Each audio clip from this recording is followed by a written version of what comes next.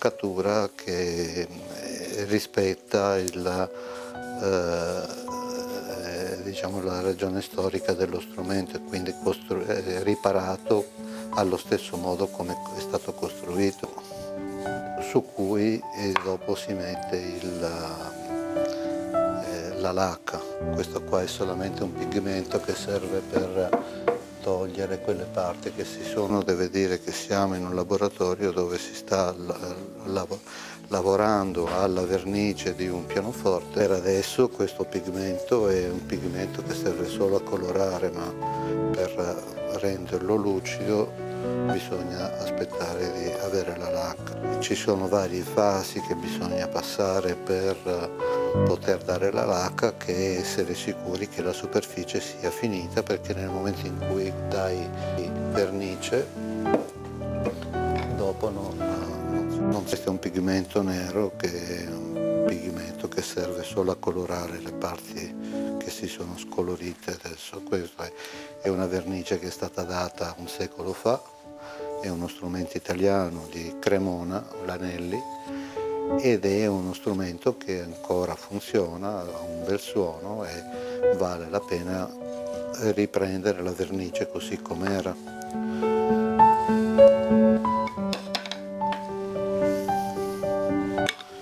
E quindi tutti questi spigoli qua, che poi quando è tutto nero risalterebbero molto di più, con un po' di pigmento viene scurito. Una delle cose che bisogna ottenere è anche l'omogeneità del colore, che non ci siano parti più o meno. Il colore si mette come si faceva dentro un tampone di cotone e si chiude dentro uno straccio di cotone, si fa un tampone, questo è il famoso tampone, che colora o distribuisce una specie di pennello che si usa per poter dare la vernice a velo. Un'altra tecnica che si usava, ma solo in liuteria sui violini, era quella di dare la vernice ad alito, proprio per non sormontare due volte la vernice e avere delle differenze, quindi avere omogeneità. Questa è una prima passata che si dà, si aspetta che si asciughi, anche perché ripassare due volte sul colore si rischia di levarlo via, e allora prima si scuriscono le parti più chiare e poi si ripassa un po' tutta la vernice, anche quella vecchia, per quanto è vecchia, ma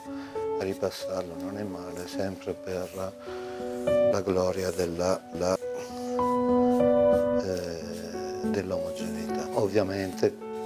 il tampone va conosciuto, bisogna tenerlo tanto in mano e capire che è una specie di pennello in pratica. E il restauro di un pianoforte parte dallo smontarlo così come lo trovate dentro qua, a pezzetti, smontare tutti gli accessori, e dalle cerniere alla serratura, alla pedaliera, ai pedali, tutto quello che comprende un pianoforte, fino ad arrivare ad averlo smontato come il corpo che ha dietro di lei sotto quel lenzuolo. Questo strumento, questo qua è lo strumento principale, che sono le corde, la piastra, la tavola armonica e il corpo sotto. Questo è uno strumento italiano costruito un secolo fa, con delle innovazioni, perché questo pianoforte, oltre ad avere la bellezza della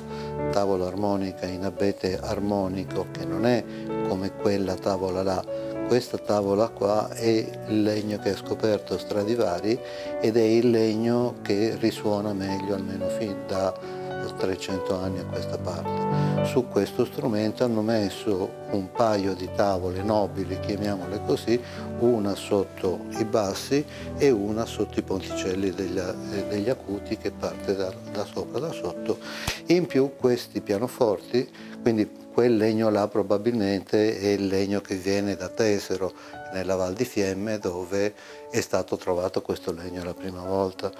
Poi la particolarità dell'Anelli stava nel fatto che i ponticelli venivano uniti da questa asse che collega un ponticello con l'altro e riesce a dare a tutta la tavola armonica un corpo più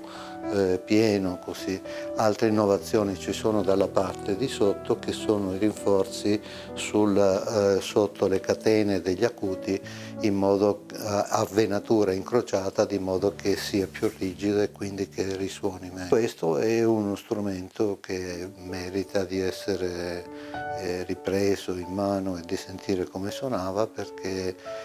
ha tutti i materiali principali per poter suonare bene, e ha anche come innovazione, almeno per quest'epoca, questo attacco laterale della piastra, dove generalmente è fermo qua questo pezzo, non c'è. Ci sono altre cose che sono tipiche di questa fabbrica qua, come anche i bulloni con la testa tonda con il dado dietro da registro per la pressione della piastra sulla tavola armonica.